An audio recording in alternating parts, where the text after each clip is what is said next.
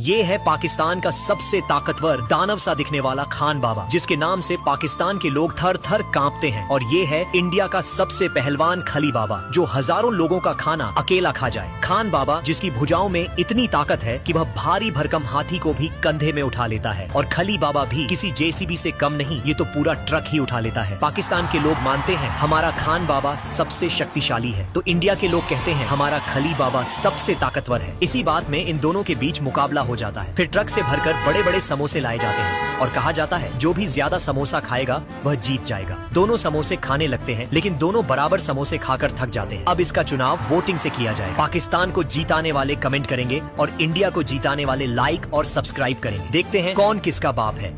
किसान शहर से एक नारियल का पौधा लाता है और बंदर नदी से पानी भरकर लाता है। फिर किसान एक गड्ढा खोदता है और उसमें नारियल के पेड़ को लगा देता है। फिर उसे बहुत सारा पानी डालता है। अब कुछ दिनों में बहुत सारे नारियल के फल लगाते हैं। बंदर और किसान नारियल को तोड़ते हैं और पटरी पर झूलते हुए नारियल का जूस पीते हैं। तभी एक भालू आता है और नारियल के पेड़ को उखाड़कर तोड़ देता है। यह देखकर किसान रोने लगता है। फिर लाइक सब्सक्राइब नहीं किया।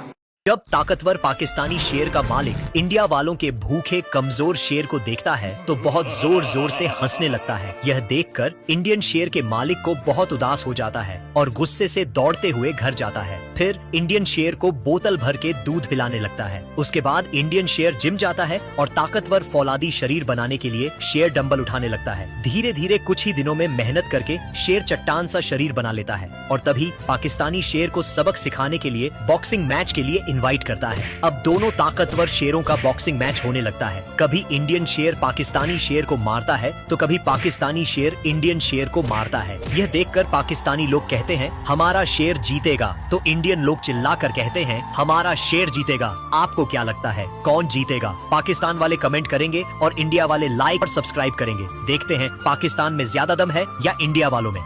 एक दिन गांव की महिलाएं गंजी के पास आती है और कहती है हमारे बच्चे वक्त पर खाते नहीं, सोते नहीं और पढ़ाई तो करते ही नहीं। उसी समय गंजी किसी आदमी को फोन करती है और काम हुआ या नहीं पूछती है। अगले ही दिन एक फॉरेन का नर उससे मिलने आता है। कुछ देर उसके साथ बातचीत करने के बाद गंजी गाँव में मस्त होके ऐलान करती है कि अगर किसी का बच्चा खाना नहीं खाता या खिलाने पीछे पीछे दौड़ना पड़ता है, टाइम पर सोता नहीं, तो ये चिप उसके दिमाग में फिट कर लो। आपका बच्चा बिना आपके कहे टाइम पर खाएगा, सोएगा, कोई साइड इफेक्ट नहीं। गंजी की बातों से इम्प्रेस हो गांव के सभी लोग चिप खरीद लेते हैं। 6 महीने तक सब मस्त चल रहा था। अचानक गाँव में एक नई बीमारी आती है। बच्चे कभी भी अचानक 30 सेकंड के लिए रुक जाते थे और 30 सेकंड खत्म होते ही नॉर्मल होने लगे। ऐसा दिन में 2 से 3 बार होने लगा। इस बात से परेशान होकर गांव के लोग गंजी के पास चले गए। तब गंजी ने कहा आपको अगर इस सुविधा का लाभ उठाना है तो 30 सेकंड का एड बच्चों को देखना पड़ेगा। नहीं Hi friend, are you feeling okay?